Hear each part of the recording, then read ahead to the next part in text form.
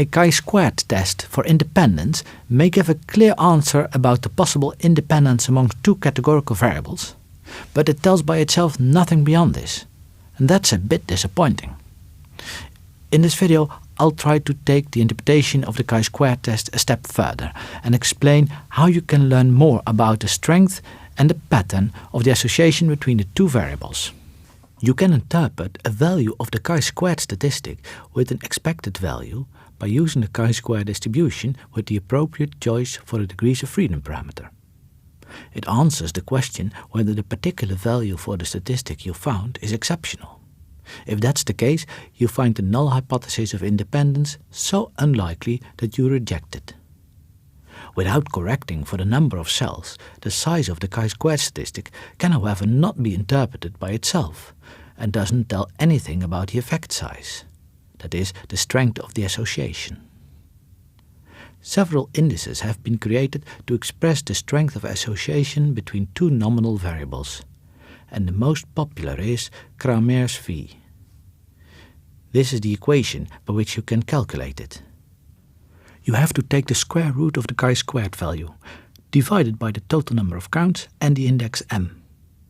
M is the smaller value of the number of rows and the number of columns minus 1. The value for Cramer's V ranges from 0 to 1, regardless of the size of a contingency table. The value of 0 means that there is no association between the variables, and the value of 1 means that there is a perfect association. This is the case when you would know the category for one variable if you knew the category of the other. Let's calculate Cramer's V for a few contingency tables to see how it works. This is a 3 by 2 table with no association. The chi-squared value is 0.5 and Cramer's V is 0.07. And this is a 3 by 2 table with the same marginal distribution but a strong association. Now the chi-squared value is 14.4 and Cramer's V is 0.39. There's something to keep in mind, however, with Cramer's V.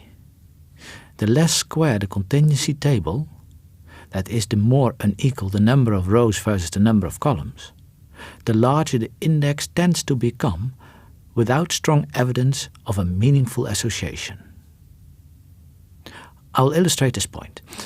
Let us consider this cross table of 6 rows by 6 columns which are totally unrelated.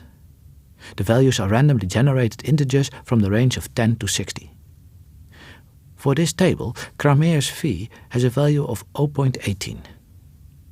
Now, if we reshape the table to have respectively 4, 3 and 2 rows, the index increases up to 0.36.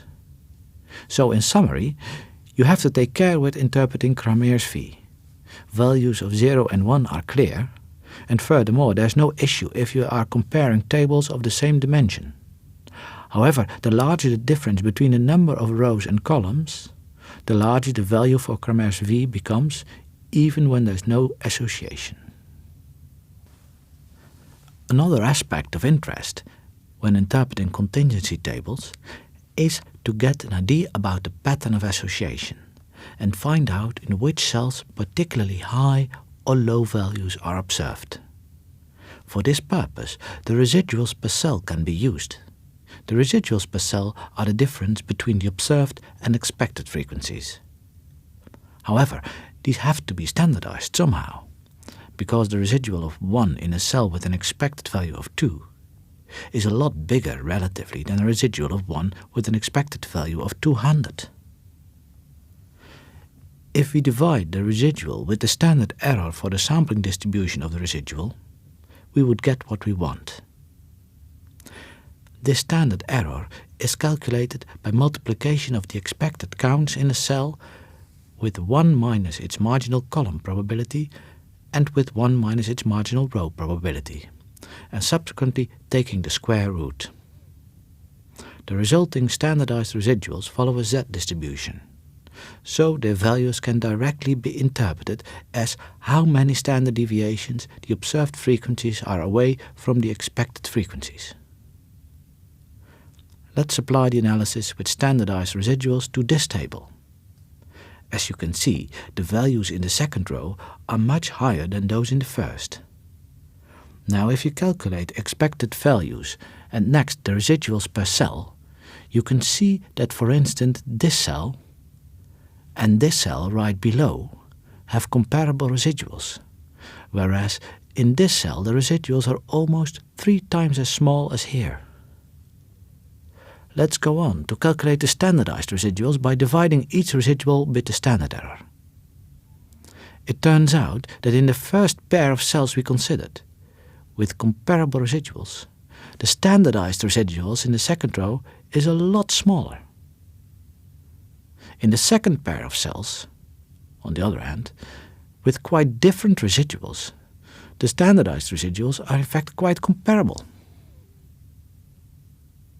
The table with standardized residuals shows that especially these cells in the third row with values of 1.6 and minus 2.1 show observed values which deviate a lot from what's expected if the variables were independent. Let me summarize what I explained in this video. You can express the strength between the categories in a contingency table with indices that are based on the chi-squared statistic. Cramer's phi is a popular one. It ranges from 0 for a case with no association to 1 for perfect association. However, at intermediate values, the index is not purely measuring association. It also increases when the difference between the number of rows and columns in the table increases.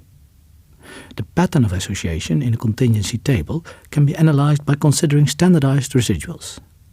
These are calculated by the difference between observed and expected counts divided by the standard error of the residual, and are interpreted in the same way as z values.